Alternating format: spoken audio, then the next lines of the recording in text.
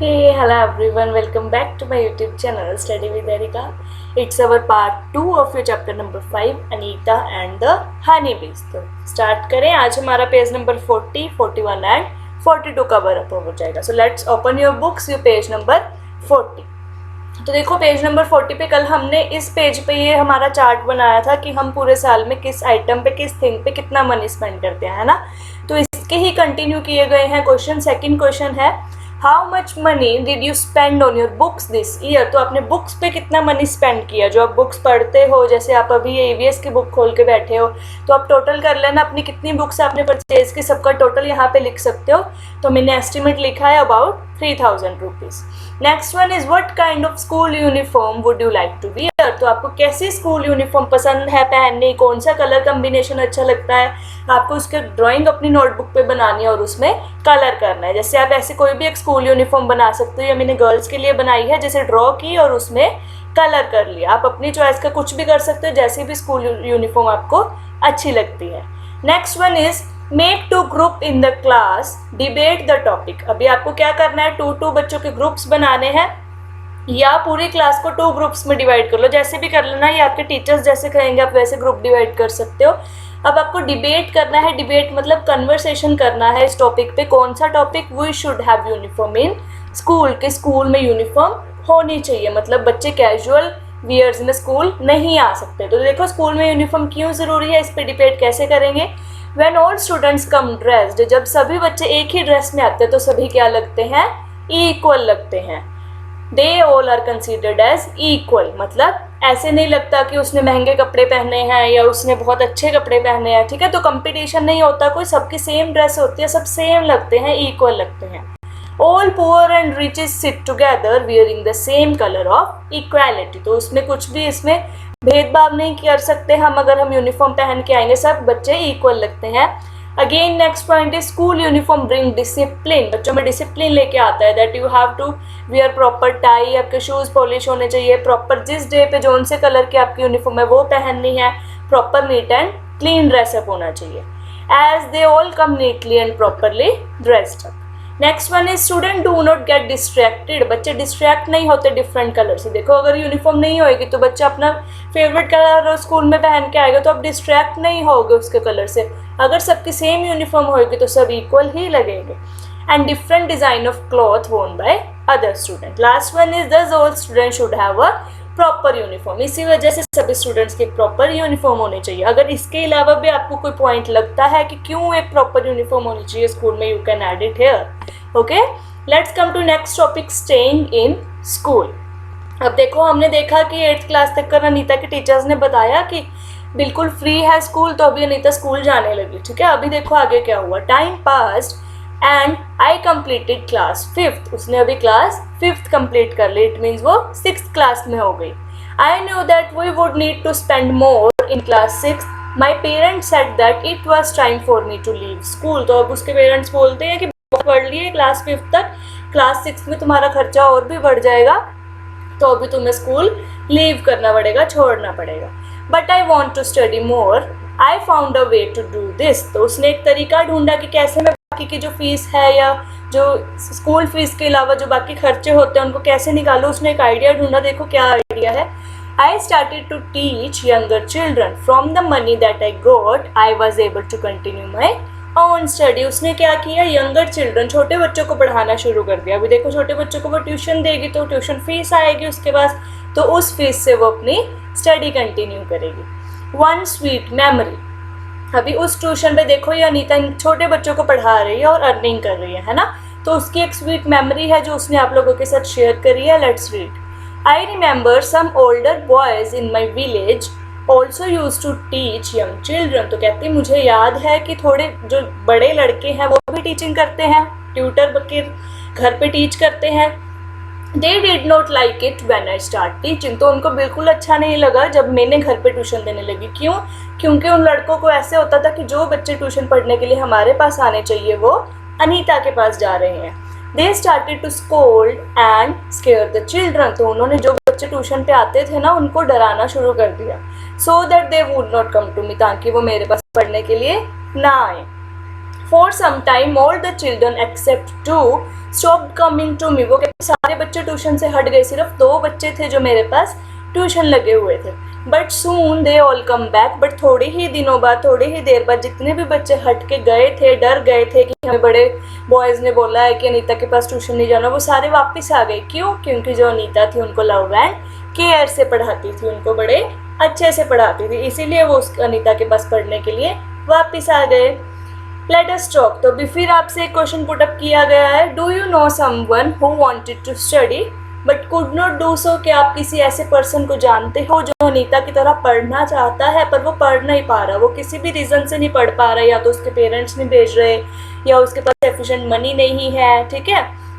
Talk about them in the class. तो आपको उनके बारे में क्लास में टॉक करना है। जैसे मैंने यहाँ पे दिया है, there a boy in our neighbourhood who wanted to study but he had to discontinue study after class 5th due to financial condition of his family। तो हमारे नेबर में एक लड़का है जो 5th क्लास के बाद नहीं पढ़ा, पर उसको पढ़ने की इच्छा थी। क्यों नहीं पढ़ा वो 5th के बाद? क्योंकि उसकी जो फैमिली की फाइनेंशियल कंडीशन थी वो बहुत पुअर थी। he had to start working to earn his family। और अपनी फैमिली को कमा के देने के लिए, पैसा थोड़ा और लाने के लिए घर पे उसको अर्निंग करनी पड़ी, काम करना पड़ा, ठीक है। Let's come to next page, page number 41। Every child has a right to free education up to class 8th, जो हमने हमारी फर्स्ट क्लास में पढ़ा था कि हर चाइल्ड को एक राइट होता है कि उसको फ्री एजुकेशन मिलेगी क्लास 8th तक। Do you think that all children able to study up to class 8th? Discuss. तो आपको क्या लगता है इसके बारे में आपको डिस्कस करना है। So let's see.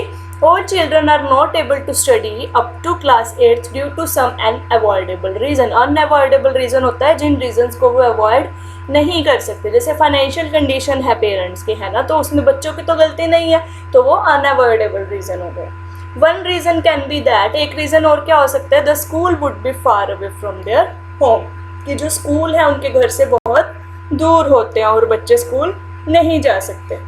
Another reason is that their parents don't want to go to school। जैसे अनीता के पेरेंट्स थे, है ना, वो उसको स्कूल भेजना ही नहीं चाहते थे।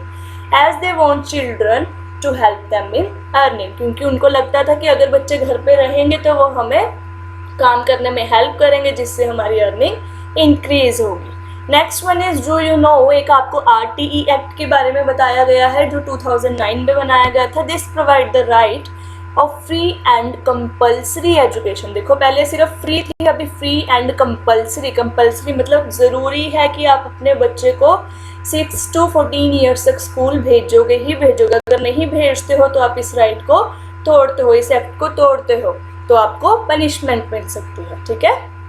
नेक्स्ट एक येलो बॉक्स में एक सीक्रेट बताया है अनीता ने अपना, देखो। I learn how to ride a motorcycle. Anita ने देखो बाइक चलानी भी सीख ली, मोटरसाइकिल चलाना सीख लिया। I did not tell anyone, इसने ये बात किसी को नहीं बताई, इसीलिए क्या कहा गया है, ये एक सीक्रेट है। I fell down and got hurt many times but I was happy. वो कहती मैं बहुत बार बाइक जब सीख रही थी, बहुत बार गिरी, मेरे चोट भी लगी, मुझे दर्द भी हुआ, बट मैं बहुत खुश थी क्योंकि उसने जो उसका एक ड्रीम था बाइक सीखना वो सीखा। Next is, slowly I started talking to other parents in the village about sending their daughter to school. अभी देखो अनीता ने जैसे अपने पेरेंट्स को मनाया, तो उसको लगता था कि मैं तो स्कूल जाती हूँ बट बाकी लड़कियों को भी जाना चाहिए, तो वो उनके पेरेंट्स को भी मनाती थी, उनको कन्वेंस करती थी कि आप भी अपनी बच्चियों को, लड़कियों को स्कूल भेजो। My parents also started helping me in my work. तो इस काम में उसके पेरेंट्स भी हेल्प करते थे, उसके पेरेंट्स भी बाकी लड़कियों के पेरेंट्स को जाकर रिक्वेस्ट करते थे कि बच्चों को स्कूल भेजना बहुत ज़रूरी है, you have to send them to the school. My mother use to do all house work so that I could get more time to study. तो उसके मम्मा देखो अनीता की हेल्प भी नहीं ले रही किसी काम में, क्योंकि उसकी मम्मा को समझ आ गया था कि पढ़ना बहुत ज़रूरी है, तो वो अनीता को बोलती थी कि काम मैं खुद कर लूँगी, you go and study. Next is from school to beekeeping. अभी स्कूल को अनीता ने कर लिया। अभी अनीता ने बताया था कि मैं हनी बीज भी रखती हूँ, तो वो हनी बीज कैसे रखती है, कैसे स्टार्ट किया, हम वो स्टार्ट करेंगे। Let's see. There are many litchi trees in our area. तो वो बोल रही है हमारे एरिया में बहुत सारे लीची के ट्रीज हैं, एंड हमें पता है कि जो हनी बी है वो लीची के फ्लावर से बहुत अट्रैक्ट होती है। Many people do beekeeping and collect honey. I thought that I could also do this. तो देखो उसके एरिया में लीची ट्रीज ज़्यादा होने के कारण ना लोग बी कीपिंग ज़्यादा करते हैं, ये वाला जो काम है बी कीपिंग का वहाँ पे ज़्यादा किया जाता है। तो उसने सोचा कि बाकी लोग बीज को कलेक्ट करके मनी अर्न कर रहे हैं या हनी निकालते हैं, हनी को सेल करके मनी अर्न कर रहे हैं, तो वो कहती मैं भी कर सकती हूँ। तो उसने क्या किया, एक कोर्स ज्वाइन किया run by the government to learn about this. तो देखो उसकी भी एक ट्रेनिंग लेनी पड़ती है कि कैसे बीज को कलेक्ट करना है, कैसे हनी निकालना है ना। तो उसने वो वाला कोर्स ज्वाइन कर लिया। I was the only girl in this course. तो वो कहती मैं सिर्फ एक ही ऐसी लड़की थी जो पूरे कोर्स में थी, बाकी सारे बॉयज़ थे। During my training, I found that honeybees lays their egg to October to December। तो देखो उसने क्या सीखा अपनी ट्रेनिंग में कि जो हनी बीज हैं वो एग ले करती हैं अक्टूबर टू दिसंबर में। This was the best time to start beekeeping. और अक्टूबर टू दिसंबर का टाइम सबसे बेस्ट होता है अगर आपको बी कीपिंग का बिजनेस करना है। Next one is have you seen any insect near flower. क्या आपने फ्लावर के पास कभी कोई इंसेक्ट देखा। देखो हनी भी तो होती है या और भी होती है, जैसे बटरफ्लाई होगी है ना। Find out their name and right.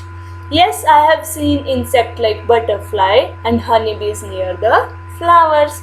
Next आपको पिक्चर ड्रॉ करनी है, जो भी आपने ऊपर बटरफ्लाई हनी बी या किसी और इंसेक्ट के बारे में लिखोगे जो आपको फ्लावर्स के ऊपर दिखता है, आपको उसकी पिक्चर ड्रॉ करनी है। This one is butterfly and honey bee. आप अपनी क्रिएटिविटी से कैसे भी पिक्चर ड्रॉ कर सकते हो। Next one is why do you think they come to the flower. अब आपको क्या लगता है कि वो फ्लावर के पास क्यों आती हैं।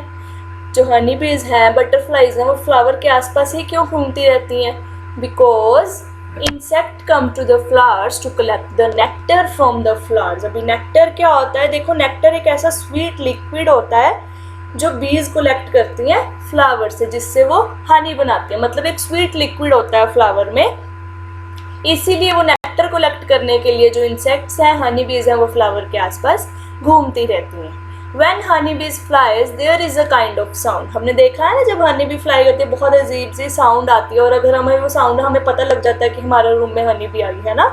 Can you try copy this sound. तो आपको वो साउंड निकाल के देखनी है। तो जो हनी बी साउंड प्रोड्यूस करती है that is like buzzing, like बज ऐसी साउंड होती है, ठीक है। तो आप वो साउंड निकाल के देख सकते हो। तो हनी बीज प्रोड्यूस बजिंग साउंड, बजिंग मतलब लाइक बज। Okay, next becoming a bee keeper. अभी देखो उसकी ट्रेनिंग फिनिश हो गई है, उसने ट्रेनिंग ली कि कैसे बीज को रखा जाता है। गवर्नमेंट ने एक कोर्स शुरू किया हुआ था जिसमें उसने प्रॉपर ट्रेनिंग ली एंड उसने देखा कि अक्टूबर टू दिसंबर का जो टाइम है वो हनी बीज को रखने के लिए बेस्ट टाइम है। तो अभी वो एक बी कीपर बन चुकी है। देखो इस पिक्चर में भी दिखाया गया है, वो एक बी कीपर बन चुकी है। उसने वुडन बॉक्सेस भी ले लिए और लीची ट्रीज के पास ये बॉक्सेस रखे गए हैं। So I completed my beekeeping course, but I did not have money to keep my own bees and start work। अब देखो उसको एक और मुश्किल आ गई सामने। अभी उसने कोर्स तो पूरा कर लिया बट उसके पास पैसे ही नहीं है ये बी कीपिंग स्टार्ट करने के लिए। तो उसने क्या किया, और बच्चों को पढ़ाना शुरू किया।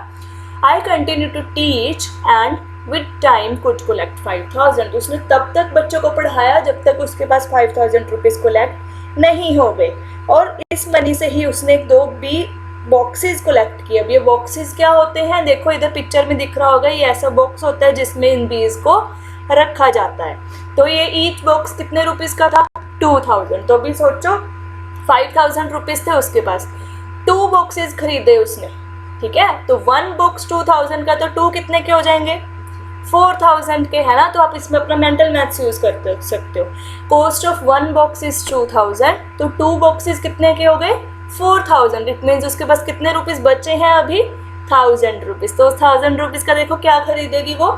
आई bought sugar to make the syrup for honey bees. तो उसने उस 1,000 की शुगर खरीदी ताकि जिससे हनी बीज अट्रैक्ट हो और सिरप बना सके, and medicine to clean the beehives. और इन बी हाइव्स को क्लीन करना भी बहुत ज़रूरी है ना, नहीं तो हनी बीज बीमार भी हो सकती हैं। तो इसको क्लीन करने के लिए जो मेडिसिन आती है वो उसने खरीदी। इट मीन्स उसने अपने पूरे 5,000 रुपीज़ बी कीपिंग स्टार्ट करने के लिए फिनिश कर दिए, ठीक है। तो बाकी का हम कल देखेंगे कि उसने कैसे बी कीपिंग की, कैसे उससे मनी अर्न किया, ठीक है। सो कल मिलते हैं नेक्स्ट 43 एंड 44 पेज के लिए। लिंक आपको डिस्क्रिप्शन में मिल जाएगा इस क्लास का। And share this video with your friends also. Thank you.